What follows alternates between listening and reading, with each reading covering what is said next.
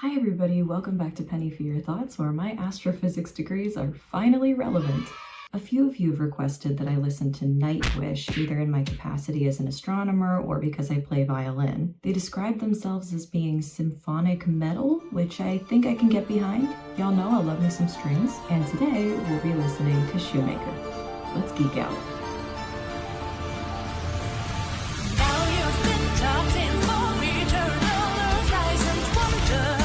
I think the last time that we spoke about astronomy in any meaningful capacity on this channel was when I saw what I presumed to be an asteroid field in Sleep Token's Fields of Elation music video. I kind of paused too early and had a rant about asteroid field density being misrepresented in media, but it turned out to be a primordial god creating the shell for his earthly avatar. Huh? So yeah, I spoke too soon. But today we've got to talk about the comet Levy-Shoemaker-9, which crashed into Jupiter in 1994. Now, I wasn't even alive in 1994, let alone practicing astronomy, but it did get a lot of press coverage and we got some very, very good observations of the comet as it entered Jupiter's atmosphere. And it kind of proved the point, which was up for debate up until 1994-ish, that Jupiter's gravitational field protects the Earth from comets which might have been ejected from the Oort cloud. Should I talk about the Oort cloud? I don't really know what everybody's basis for understanding of the solar system is, so maybe I'll put up a little diagram. Essentially, we've got the inner planets, so Mercury, Venus, Earth, Mars, the rocky ones, and then in between Mars and the orbit of Jupiter, there is a flat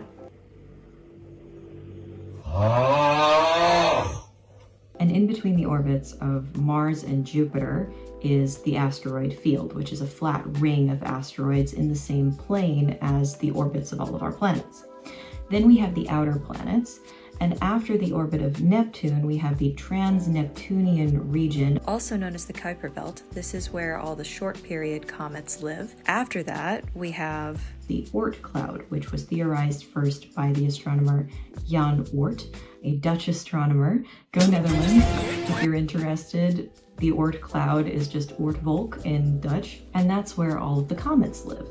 And there is actually a physical difference between asteroids and comets. Asteroids are mostly rocky, and comets have a fair amount of ice as part of their composition. And so when you see a comet stray from the Oort cloud and come into the inner solar system, it gets close enough to the sun that that ice, be it dry ice, so CO2, or water ice, will evaporate and form a tail called a coma. And that's the reason why you would see this bright spot and then a tail following it. There's a little bit of etymology actually that I kind of like when it comes to comets. The word comet actually comes from the Greek kometes, which means long-haired, and they would call a comet an asterkometes, which is long-haired star. We also get the word disaster from comets because it comes from the Greek dous, bad, and aster, star. And in ancient astronomy, you could predict fairly well the movements of actual stars and planets, but they didn't know what comets were and they were very unpredictable. So they thought when a comet appeared in the sky for a night or a week or whatever, that it was an omen of catastrophe. Obviously, we know that's not true. Anyway, comets are cool, and I'm looking forward to a song that talks about comets. So without further ado, let's get into it.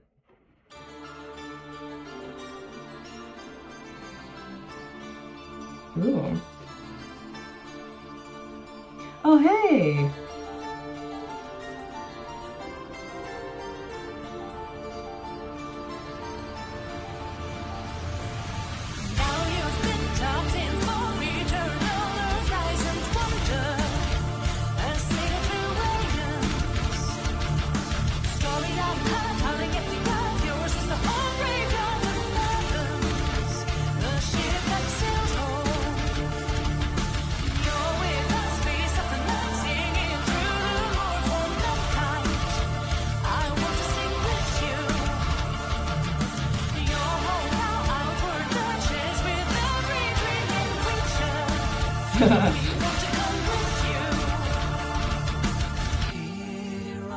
Wait.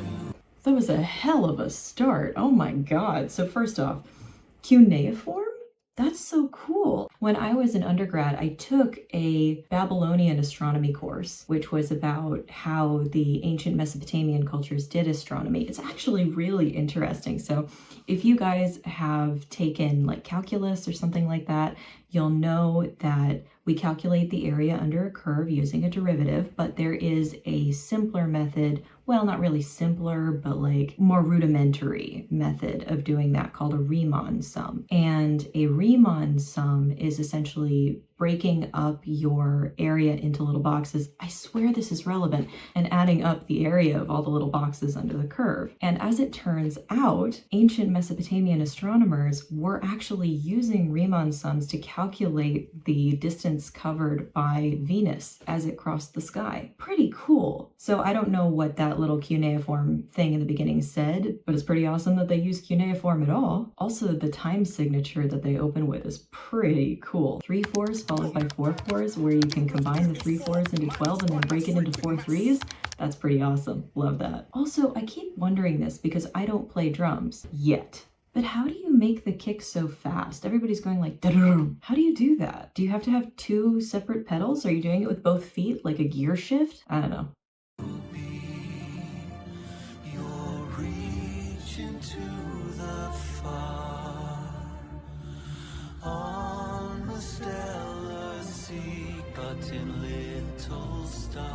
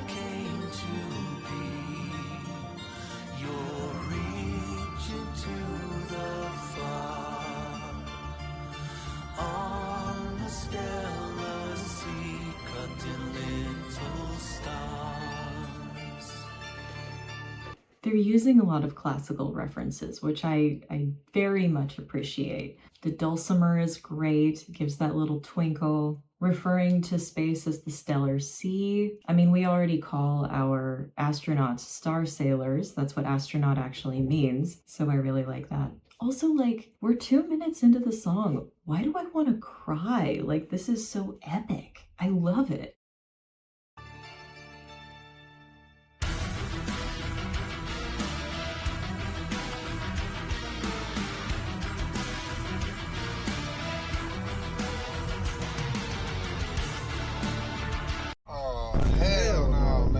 This time I can say it. I know that there's no primordial god coming to create an avatar. This is an asteroid field. It's too fucking dense.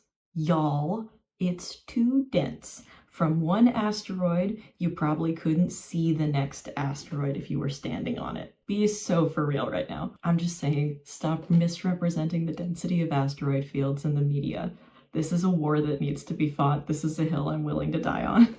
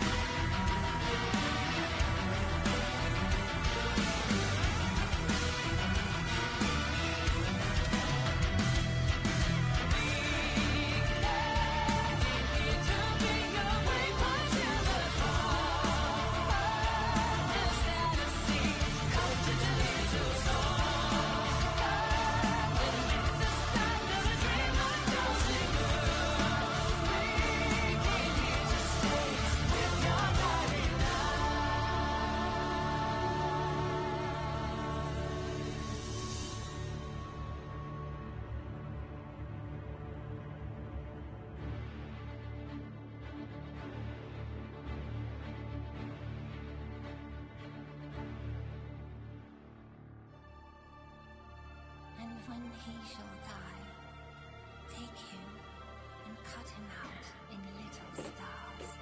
Aw.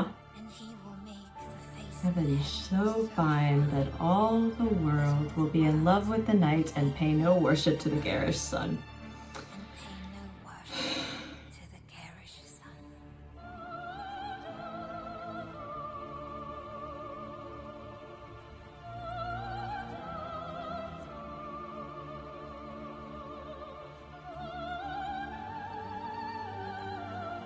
What a voice.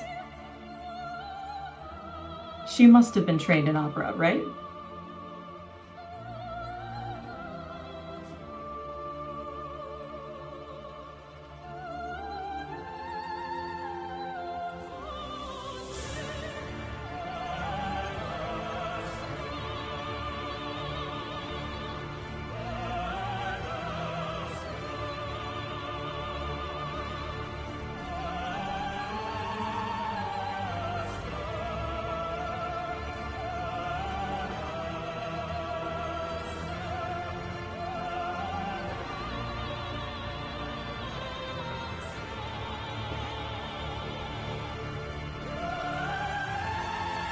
Why am I crying? What the hell?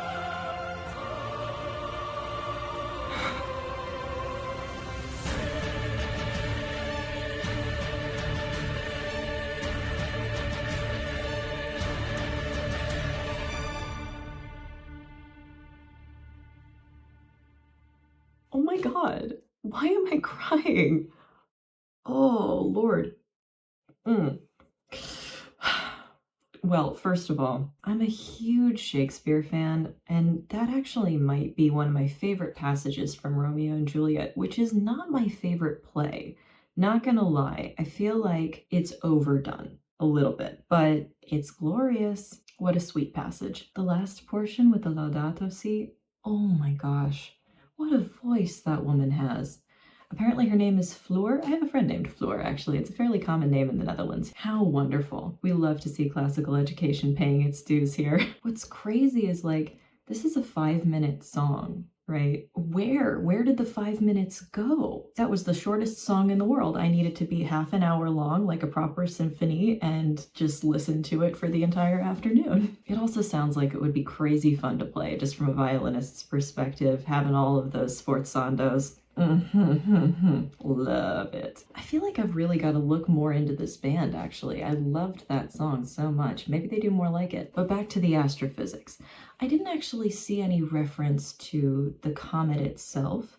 It's mostly moon and earth imagery, especially with the Earthrise situation. It's a very famous photograph of Earthrise from the Apollo missions. Very inspiring, but I think this speaks more to the general feeling of inspiration that we get when NASA or ESA does a big mission and it gets a lot of press coverage. If you've ever seen the West Wing episode Galileo 5, that episode really speaks to that feeling. If you have ever wondered why we fund NASA and why any of this matters, why anyone becomes an astronomer in the first place, watch that episode of The West Wing and or go stargazing on your own. There are very few people who can look up at a full star field on a clear night and not think this needs to be explored. We need to know. Funding for the sciences right now is at a nadir, and I think it's really important that we remember why we care. Proselytize your love for space. Let everybody know how awesome it is. Take the opportunity to look up every once in a while. There's so much to be wondered at within and without the solar system. Anyway, I need to go to work now, but I'll see you in the next one. Send me some more space songs. I think that would be fun. We could make a whole series of this. Bye!